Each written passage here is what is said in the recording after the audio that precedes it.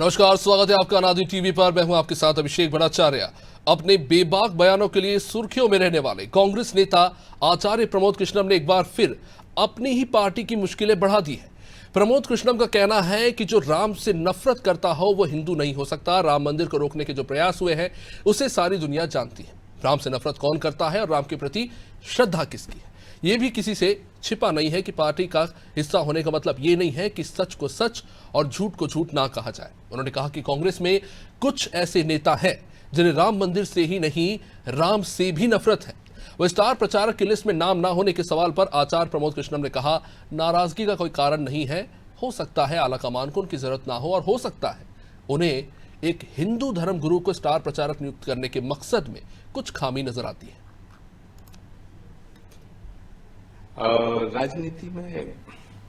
राजनीति में भाषा होती है वो सांकेतिक होती है।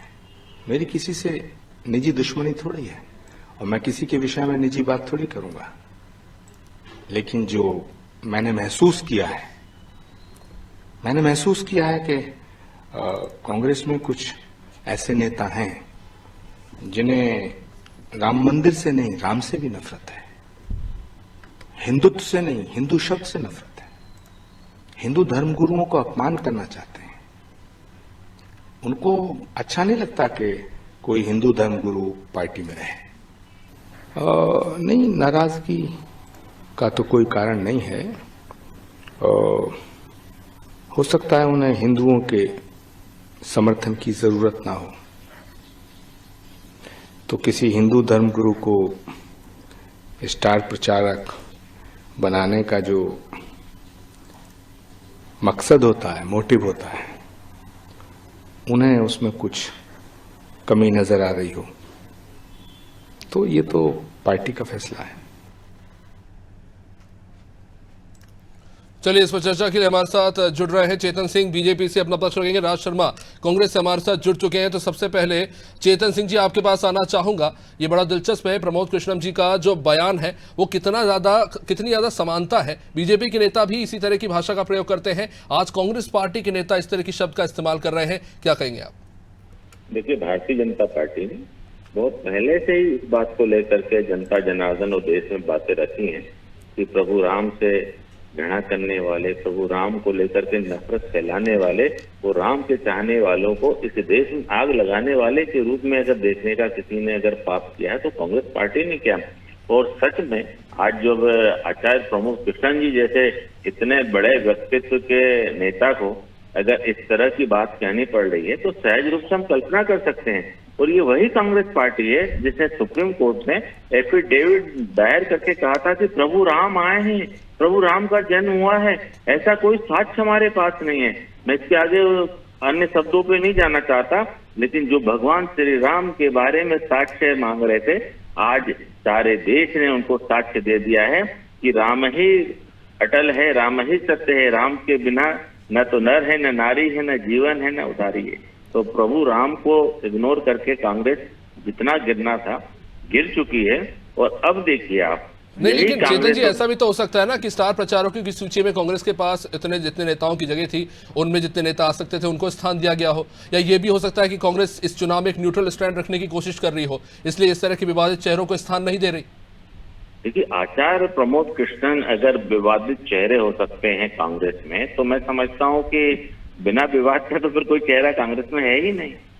क्योंकि आचार्य प्रमोद कृष्णन जी को जितना देश जानता उतना मैं भी जानता हूं। वे सदा ही सनातन के समर्थक रहे, हिंदुत्व और हिंदुत्व संस्कृति के कल्पित पीठ के वे ज्ञानी हैं और हिंदू संत समाज के वे सर्व रूप से स्वीकार करने की संतों की श्रेणी में माने जाते हैं, गिने जाते हैं।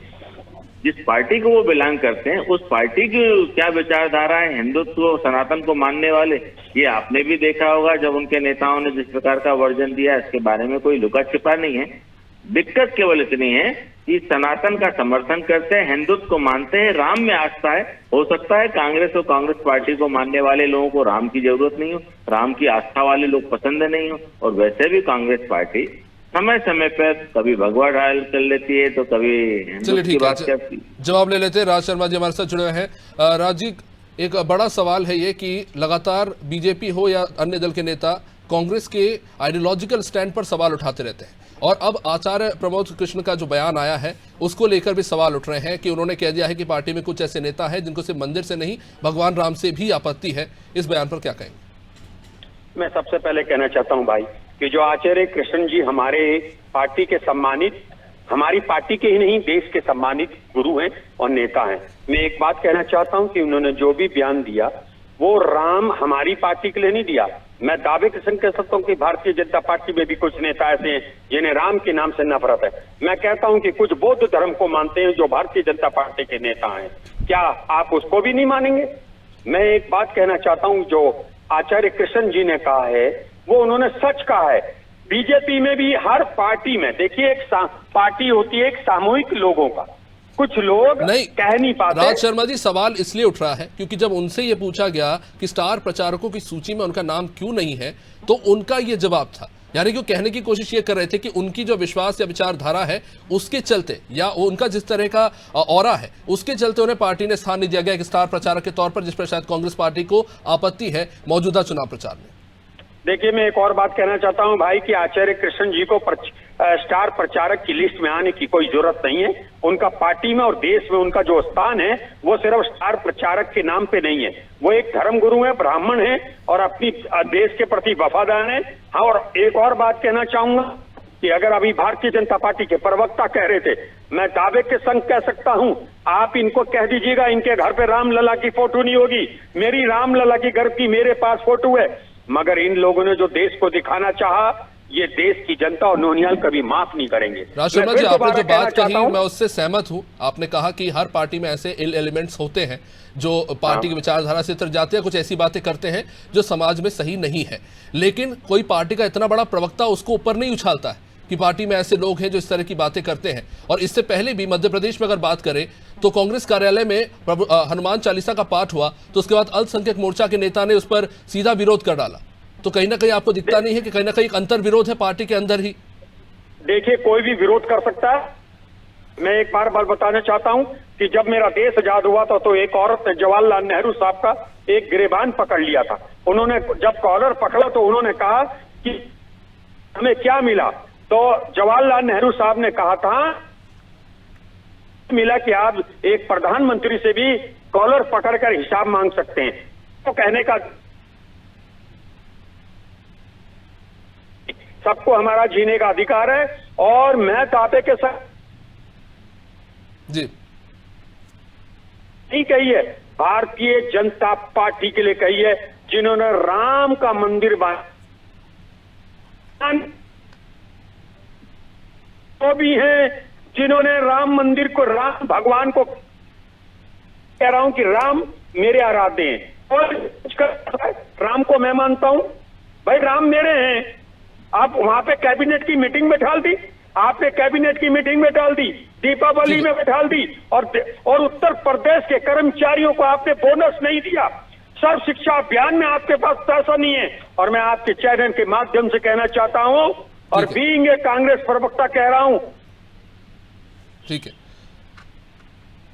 कि 2 से 3 महीने बाद यूपी की सरकार तनख्वाह बांटने लायक नहीं रहेगी। इतना करप्शन से इन लोगों ने प्रदेश का पैसा लूट लिया। ठीक है, मोटा मोटी चेतन जी आपसे जवाब चाहता हूं इस पे। राज शर्मा जी ये कह रहे हैं कि ऐसा लग रहा है कि भगवान राम का भक्त बनने की होड़ मची हुई है और जो जरूरी मुद्दे हैं उनको ताक पर रख दिया गया है।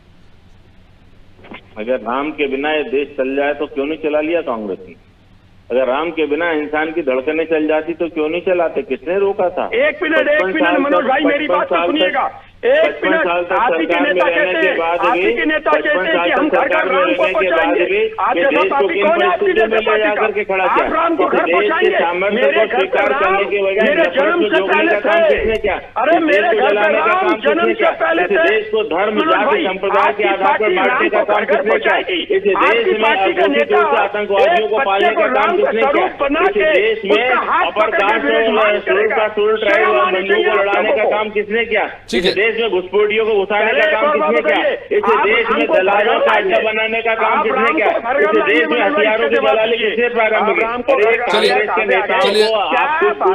चलिए मुद्दे से भटक रहे हैं, समय इजाजत नहीं देता है। बहुत बहुत शुक्रिया। बहुत बहुत शुक्रिया आप दोनों का ही, आपने अपने पक्ष रखे। लेकिन जाहिर तौर पर यह सवाल तो उठ रहा है कि पार्टी के इतने बड़े नेता, इतना बड़ा चेहरा है आचार्य प्रमोद कृष्णम, आखिर उन्होंने ये बयान क्यों दिया? उनका इशारा इस बयान के जरिए किसकी तरफ था, ये एक बड़ा सवाल है। लेकिन जाहिर तौर पर यह बयान देकर कहीं ना कहीं उन्होंने दूसरे दलों के लिए मौका दे दिया है कांग्रेस के ऊपर टीका टिप्पणी करने का।